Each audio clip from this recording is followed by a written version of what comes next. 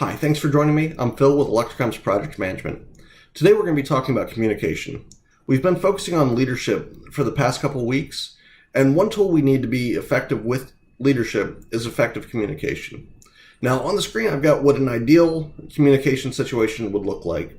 On the left we've got the sender who sends his message to the receiver on the right, and the receiver on the right sends feedback back to the sender, letting him know whether the message was understood or not.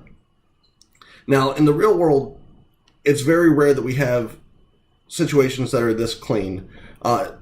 Typically, the scenario is going to look more like it does right here, where we've got the sender, again on the left, sending the message to the receiver on the right, but that message is going to travel through interference, and then it's going to go through the receiver's bias before it's understood, and then that receiver is going to send their feedback, and it's going to go through interference, and it's going to be interpreted by the bias of the sender.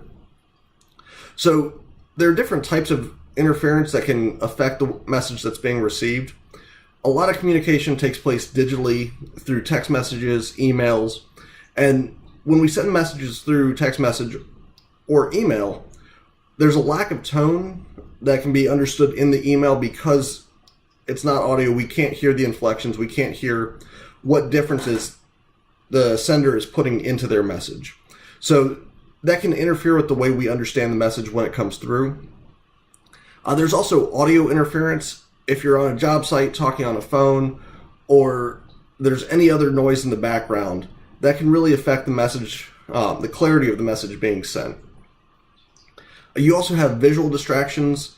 If the sender or the receiver are in an area where there's movement, a lot of things taking place, that can affect the way the message is perceived, because there may be distractions that take that message out of the focus. There's also mental interference. If the receiver or even the sender are not in the right frame of mind for delivering or receiving the message, it can be misinterpreted because the message is not sent or received in its entirety. Now,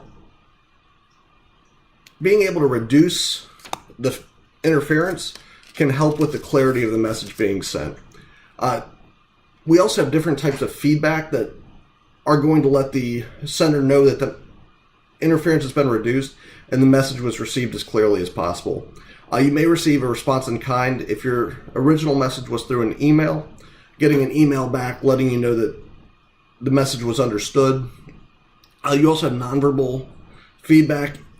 If the message is being delivered either in person or on the phone, you can hear the person either agreeing through a grunt, other noises letting you know that they understand. You may see a head nod, head shake, something letting you know that the message is either being understood or not understood.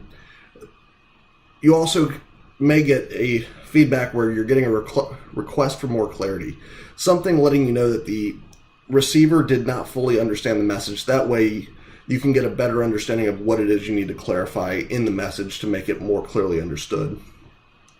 We also have biases. The way our views affect the way that we receive messages. So typically we want to understand things the way that we already understand them. So we're going to look at things through our own lens, but we need to understand that the people we're communicating with are going to look at it through their lens as well. So being able to put that message in a way that is going to break through that bias and be as clear as possible is very important. And anything we can do to reduce the interference and take any bias out of our message is really going to go a long way in helping our communication. So thanks for joining me. Please leave a comment in the comment section below. Thank you.